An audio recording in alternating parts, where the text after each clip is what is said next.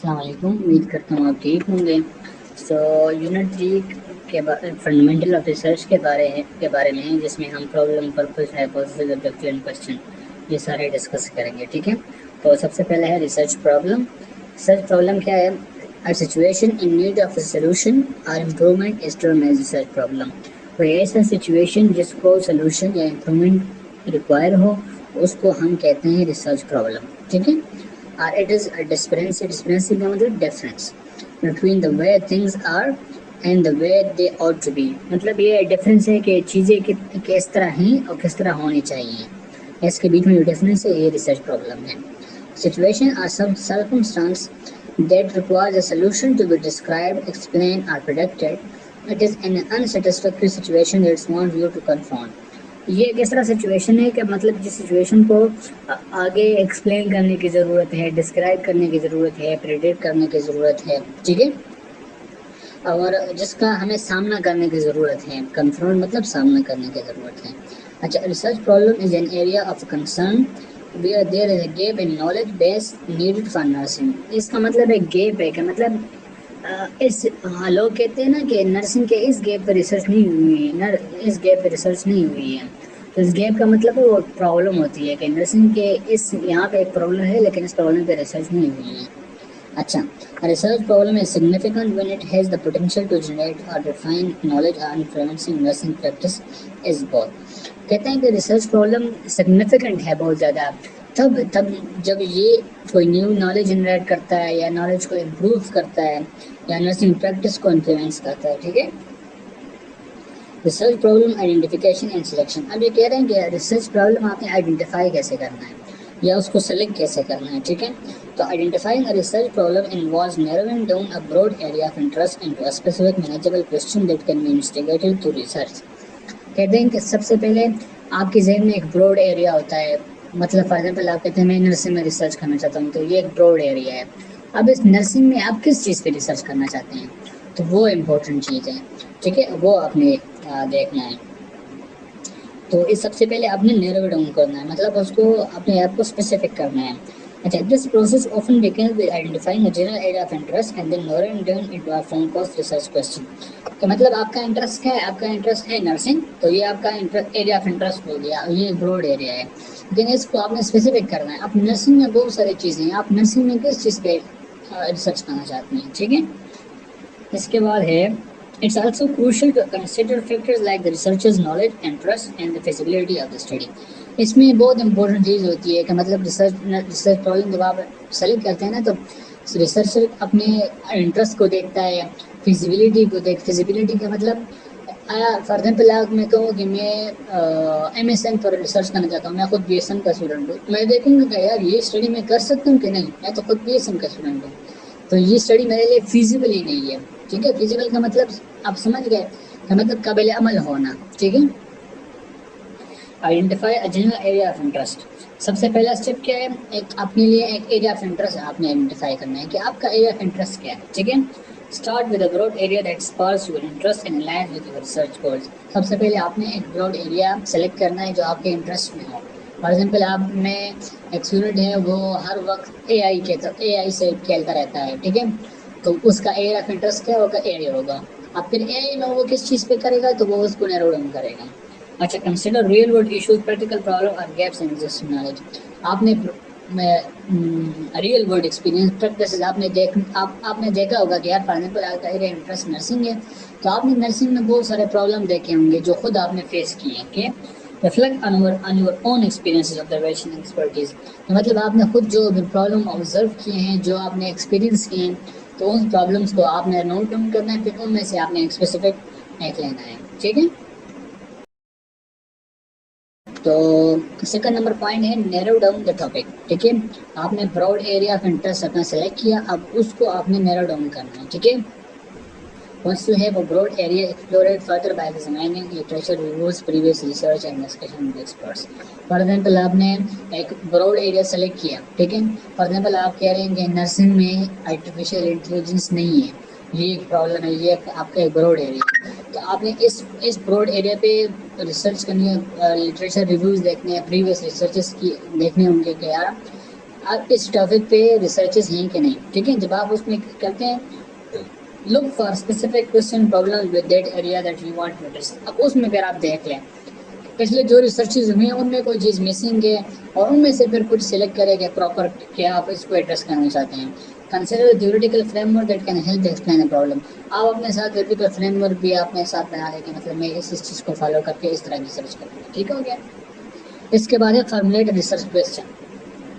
Research question आपने formulate करना है, वो किस तरह करना है, इस तरह करना है कि research question should be clear, concise and specific, ठीक है। एक रिसर्च क्वेश्चन आपका क्लियर होना चाहिए, एक स्पेसिफिक होना चाहिए, एक कंसाइज होना चाहिए।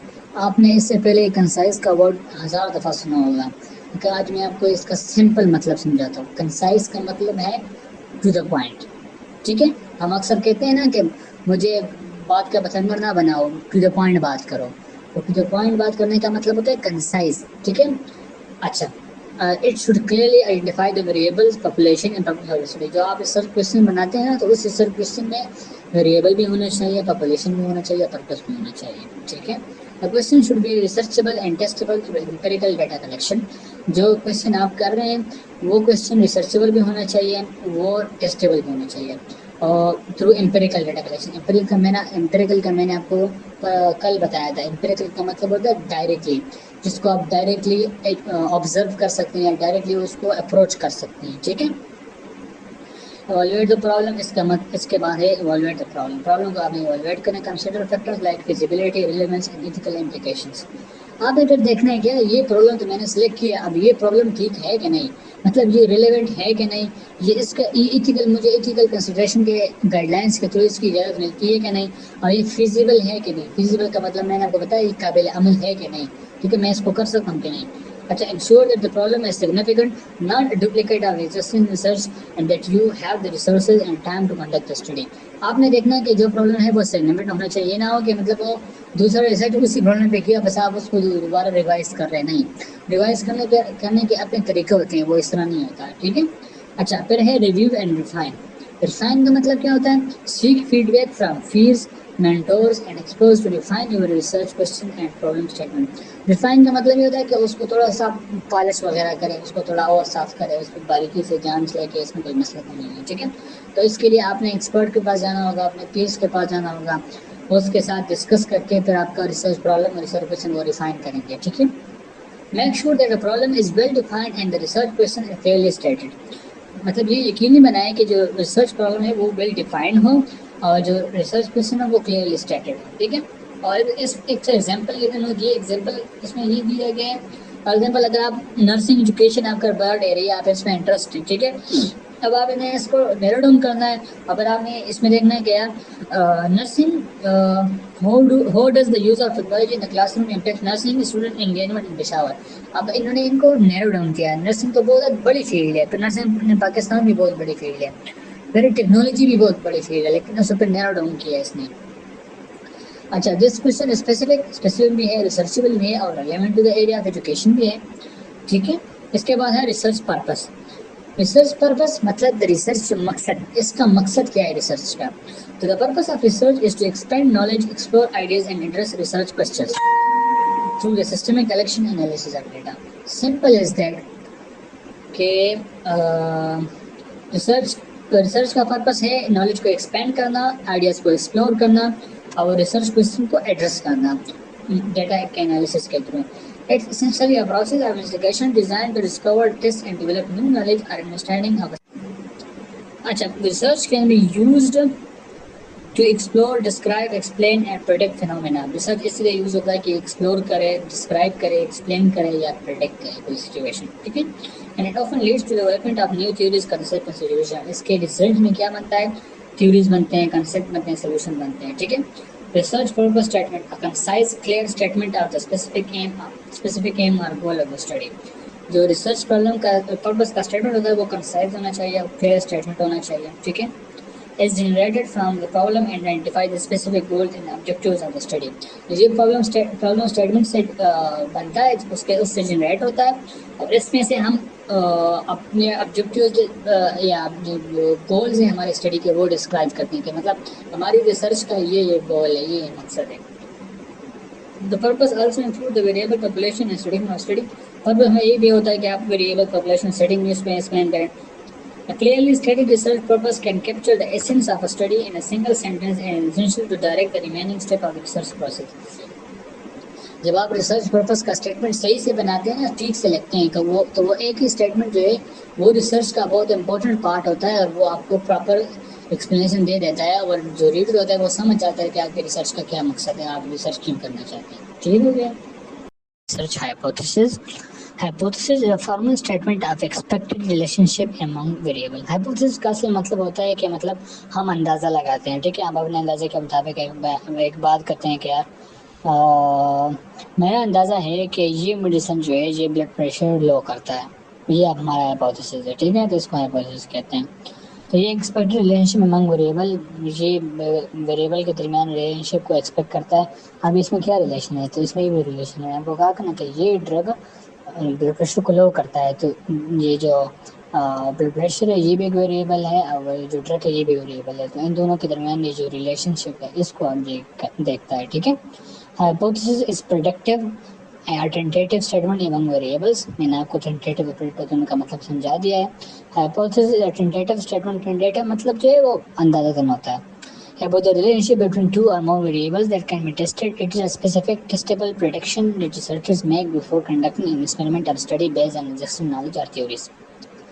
वो अपने हिसाब से एक स्टेटमेंट बना लेते हैं, एक प्रेडिक्टेबल स्टेटमेंट होती है, अंदाज़तन एक स्टेटमेंट होती है, फिर वो स्टेटमेंट को वो टेस्ट करते हैं कि वो ठीक निकलता है कि नहीं, ठीक है। इसके अपने टाइप्स हैं, एक नल एस रिसर्च हाइपोथेसिस, एक associate S casual hypothesis, S simple S complex, S directional and non directional, ठीक है। तो इसमें से अब हम हर एक पढ़ेंगे। पहला है नल हाइपोथेसिस और रिसर्च हाइपोथेसिस के दरमियान जो, तो नल हाइपोथेसिस को हम स्टैटिस्टिकल भी कहते हैं। Statistical hypothesis is sometimes called the null hypothesis, it is the hypothesis that is tested, ठीक है। ये हाइपोथेसिस होता है जो हम टेस्ट करते हैं, ठीक है। अगर एमसीक्यूज आ जाए कि मतलब हम जब रिसर्च करते हैं तो रिसर्च में कौन के हाइपोथेसिस पे टेस्ट होता है, तो टेस्ट होता है स्टैटिस्टिकल हाइपोथेसिस पे, ठीक, नल हाइपोथेसिस पे टेस्ट होता है। Null hypothesis is a term that statisticians often use to indicate this। इस पैराग्राफ के मैं आपको सिंपल मतलब समझाता हूँ। नल हाइपोथेसिस का मतलब ये होता है ना कि देयर इज नो इफेक्ट या there is no relationship among the variables, ठीक है। जब भी आपको किसी भी स्टेटमेंट में इस तरह नजर आए ना कि वो कहे कि देयर इज नो रिलेशनशिप, बस आपने ये देख लेना कि आपको अंदाज़ा हो जाएगा कि ये क्या है, ये नल हाइपोथेसिस है, ठीक है, ओके। इसके बाद है एग्जांपल में आप देख लें, एग्जांपल में देखिए there is no difference between men and women, ठीक है। तो जब नो डिफरेंस या नो इफेक्ट का वर्ड आ जाए या नो रिलेशनशिप को वो नल हाइपोथेसिस हो, ठीक है। इसके बाद है रिसर्च हाइपोथेसिस, जिसको हम अल्टरनेट हाइपोथेसिस भी कहते हैं। वो है देयर इज़ एन इफेक्ट, इस मतलब इसमें इफेक्ट है, इसका मतलब ये होता है। Research hypothesis is a testable statement predicting relationship between to. इसमें ये प्रेडिक्ट करता है कि इसके बीच में रिलेशनशिप है। It's a proposed explanation prediction that can be investigated and potentially proven और डिसप्रूवन थ्रू रिसर्च, ठीक है। अब ये प्रूव होता है, डिसप्रूव होता है, लेकिन ये किस तरह होता है मैं आपको समझाता हूँ। हमारे जहन में ये होता है कि मतलब रिसर्च हाइपोथेसिस, अल्टरनेट हाइपोथेसिस ये होता है कि यार ये जो दवाई है ये ब्लड प्रेशर को लो करती है, ठीक है, ये मेरी हाइपोथेसिस है। अब जो नल हाइपोथेसिस है ना वो रिसर्च हाइपोथेसिस के अल्टरनेट बनती है, मतलब अपोजिट बनती है, ठीक है। तो अब इसका अपोजिट मतलब मैंने कहा कि there is an effect between the new drug and blood pressure because the drug lower the blood pressure, ठीक है। लेकिन अगर नल हाइपोथेसिस होगा, नल हाइपोथेसिस होगा कि there is no effect between the new drug and the या there is no impact of the drug on the blood pressure, मतलब no का वर्ड आएगा, ठीक है, नल हाइपोथेसिस। तो फिर जब हम रिसर्च करते हैं ना तो हम अल्टरनेट हाइपोथेसिस पर रिसर्च नहीं करते, हम रिसर्च करते हैं नल हाइपोथेसिस पे, there is no impact of new drug on the blood pressure, इस पर हम रिसर्च करते हैं। जब हम इस पर रिसर्च करते हैं ना और ये रिसर्च जो डेटा है वो हमने जब कहा था कि वो मीन वगैरह में ये डेटा आया तो ये रिजेक्ट नल हाइपोथेसिस है। ये जब नल हाइपोथेसिस रिजेक्ट होता है ना तब जब हम डेटा निकालते हैं अगर नल हाइपोथेसिस रिजेक्ट हो गया तो इसका मतलब ये हो गया कि जो हमारा अल्टरनेट हाइपोथेसिस है वो ठीक है। इसका मतलब है हमारा रिसर्च ठीक है, हमारा हाइपोथेसिस ठीक है। लेकिन अगर नल हाइपोथेसिस एक्सेप्ट हो गया तो इसका मतलब है कि हमारा हाइपोथेसिस जो है वो रॉन्ग है, हमारा जो अल्टरनेट हाइपोथेसिस है वो ठीक नहीं है। ठीक है, ये उलट पुलट है इसका। अच्छा, इसमें दिए गए हैं कि डायरेक्शनल होता है, एसोसिएट होता है, कम्प्लेक्स होता है, लेकिन वो जो हम इसके टाइप्स पढ़ेंगे ना तब उसको आपको समझ आएगा। ठीक है, ये मैंने आपको जस्ट सिंपल बता दिया है।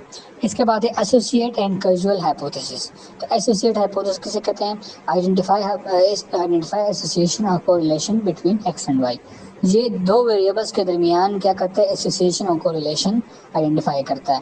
It could be between independent and independent, मतलब दोनों इंडिपेंडेंट वेरिएबल होता है। इंडिपेंडेंट वेरिएबल का मतलब ये होता है कि एक वेरिएबल का दूसरे वेरिएबल को इफेक्ट नहीं होता है। जैसे मैंने कहा कि ये ड्रग जो है ये ब्लड प्रेशर को लो करता है। ठीक है, तो ये जो ड्रग है ये इंडिपेंडेंट है और ब्लड प्रेशर डिपेंडेंट है, क्योंकि ये इस पर डिपेंड करता है। ठीक है, लेकिन दो ऐसे होते हैं, फॉर एग्जाम्पल एक ब्लड प्रेशर और एक पेन है, तो ये दोनों इंडिपेंडेंट वेरिएबल्स हैं। ठीक है, तो ये इंडिपेंडेंट के दरमियान भी हो सकते हैं और ये डिपेंडेंट और इंडिपेंडेंट के दरमियान भी हो सकते हैं। ठीक है, एसोसिएट हाइपोथेसिस।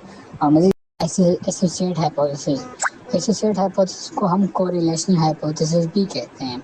ठीक है, तो correlation hypothesis suggests that a relationship exists between two or more variables, but it does not necessarily imply a cause and effect relationship. Instead, it indicates that changes in one variable tend to be accompanied by changes in another. Simple इसका मतलब ये है ना कि associate hypothesis ऐसा hypothesis होता है कि ये एक दूसरे दो वेरिएबल्स के दरमियान हमें रिलेशन दिखाता है। ठीक है, लेकिन ये ज़रूरी नहीं कि ये हमें ये दिखाए कि एक के बढ़ने से दूसरा कम होता है या एक कम होने से दूसरा बढ़ जाता है। ठीक है, इसका मतलब एक दूसरे पे ये चेंजेस जो है ये हमें नहीं दिखाता, ये हमें शो नहीं करता। काज एंड इफेक्ट वाला रिलेशनशिप में जस्ट शो करता है कि ये रिलेशनशिप है कि नहीं। ठीक है, फॉर एग्जाम्पल इस तरह है कि there is a positive correlation between hours of sleep and academic performance. ठीक है, ये सिंपल कोरिलेशन है। There is a negative relationship between income and education. ये ज़रूरी नहीं है कि एक कम होगा तो दूसरा ज़्यादा होगा, ये काज एंड इफेक्ट वाला सीन नहीं है, ये जस्ट कोरिलेशन है। ठीक है, लेकिन एक है कैजुअल हाइपोथेसिस। कैजुअल हाइपोथेसिस क्या होता है? Identify causal sequence of relationship between X and Y. A causal hypothesis proposes a cause and effect relationship between variables, suggesting that changes in one variable will lead to changes in another. एक variable के change होने से दूसरा variable change होगा। ठीक है, एक predicts that a specific manipulation in one intervention, एक चीज़ एक इंडिपेंडेंट वेरिएबल जो है उसमें चेंज होकर उसमें अगर हम चेंज कर दें will produce a particular outcome, दूसरे वेरिएबल में वो चेंज पैदा करेगा और उसमें उसको हम डिपेंडेंट वेरिएबल कहते हैं। ये इंडिपेंडेंट डिपेंडेंट ये तीसरे पेज पे हम एक्सप्लेनेशन से पढ़ेंगे। अच्छा, इसके एग्जांपल है smoking can cause lung cancer. ठीक है, अब स्मोकिंग की वजह से लंग कैंसर हो सकता है, तो ये काज एंड इफेक्ट वाला रिलेशनशिप है। ठीक है, अच्छा है increase study hours often lead to improve academic performance. ठीक है, तो अगर हम स्टडी आवर्स इंक्रीज करेंगे तो ये इससे क्या होगा? इससे एकेडमिक परफॉर्मेंस इंप्रूव होगा। ठीक है, तो ये क्या है? ये भी कैजुअल हाइपोथेसिस है। ठीक है, इसके बाद है डायरेक्शनल एंड नॉन डायरेक्शनल। अच्छा, ये बहुत ही सिंपल है। ठीक है, डायरेक्शनल का मतलब ये होता है कि वो आपको दिखाता है कि यार इस रिलेशन से ये चीज़ बढ़ती है या कम होती है, आपको डायरेक्शन शो करता है। ठीक है, नॉन डायरेक्शनल हाइपोथेसिस में ये नहीं होता, वो आपको रिलेशनशिप शो करता है लेकिन वो आपको ये नहीं कहता कि ये ऊपर होता है नीचे होता है, आपको डायरेक्शन शो नहीं होता। ठीक है, अब statistics and research, direction and non-directional hypothesis are two ways of stating a research question or prediction about relationship between variables. Variables के दरमियान रिलेशनशिप को प्रेडिक्ट करता है लेकिन इसको डायरेक्शन देता है। A directional hypothesis predicts the direction of the relationship, positive or negative, while a non-directional hypothesis predicts only the relationship exists without specifying its direction. मतलब ये है कि जो डायरेक्शनल हाइपोथेसिस है उसमें हमें पता लगता है कि ये पॉजिटिव जाता है, नेगेटिव जा रहा है, और इंक्रीज हो रहा है, डिक्रीज हो रहा है। ठीक है, हायर जा रहा है, लोअर जा रहा है, इस तरह हमें कोई कुछ ना कुछ डायरेक्शन देता है। लेकिन जो नॉन डायरेक्शनल होता है ना उसमें हमें कोई डायरेक्शन वो नहीं देता। ठीक है, directional hypothesis, a directional hypothesis predicts the specific direction of the relationship between two variables. One variable will increase with the other and one variable will decrease with the other. Increasing the number of hours studied will lead to higher exam scores. ठीक है, अब ये एक increase हो रहा है दूसरा भी इंक्रीज हो रहा है। ठीक है, तो ये क्या है, ये है पॉजिटिव, तो इसका मतलब ये डायरेक्शनल है, ठीक है। अच्छा, non directional hypothesis predicts there is relationship between two variable but it doesn't specify the direction of the relationship. ये हमें स्पेसिफाई नहीं करता डायरेक्शन। एग्जांपल क्या है, there is relationship between amount of exercise and body weight. ये कह रहे हैं कि अमाउंट ऑफ एक्सरसाइज और बॉडी वेट के दरमियान एक रिलेशनशिप है, लेकिन हमें ये नहीं दिखाता कि मतलब अगर हम एक्सरसाइज ज़्यादा करेंगे तो वेट कम होगा या एक्सरसाइज कम करेंगे तो वेट, ये हमें डायरेक्शन नहीं शो करता, बस ये कह रहा है कि इसके दरमियान रिलेशनशिप है, ठीक है। अच्छा, अब जब आपको स्टेटमेंट दिए जाते हैं ना, तो आपको कैसा कैसा होगा, मतलब आपको इस तरह बताया जाएगा कि फॉर एग्जांपल यहाँ पे है एग्जांपल में there is a relationship between the amount of exercise and body weight, ठीक है। तो आपको बताया जाएगा कि इसको एक्सप्लेन करो, तो आपने अगर इसको एक्सप्लेन करना है ना, तो आप पहले देखेंगे कि ये ना हाइपोथेसिस है, अल्टरनेट हाइपोथेसिस है, ठीक है। तो मैंने आपको कहा कि अगर इसमें इफेक्ट है, नो का वर्ड यूज़ ना हो, तो इसका मतलब अल्टरनेट हाइपोथेसिस है। तो अब ये फर्स्ट ऑफ ऑल तो अल्टरनेट हाइपोथेसिस है। दूसरा, ये एसोसिएटेड है या कैजुअल है, तो ये सिर्फ एसोसिएशन मतलब रिलेशनशिप शो करता है बिटवीन द अमाउंट। एक कोई कैजुअल इफेक्ट नहीं है कि ये कम हो रहा है तो दूसरा इफेक्ट हो रहा है, इस तरह नहीं है। तो ये है alternate hypothesis and associated hypothesis, और फिर क्या है, फिर है नॉन डायरेक्शनल, ठीक है। तो ये तीनों चीज़ें हो गया। इस तरह आपको स्टेटमेंट दिया जाएगा और उसमें आपको जानना होगा कि इसमें ये कौन सा है, ठीक है।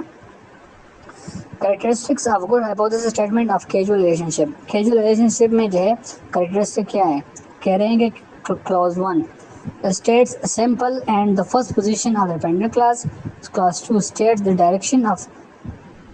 ये जो कह रहे हैं कि हाइपोथेसिस जो है वो 3 क्लॉजेज में डिफाइन होता है।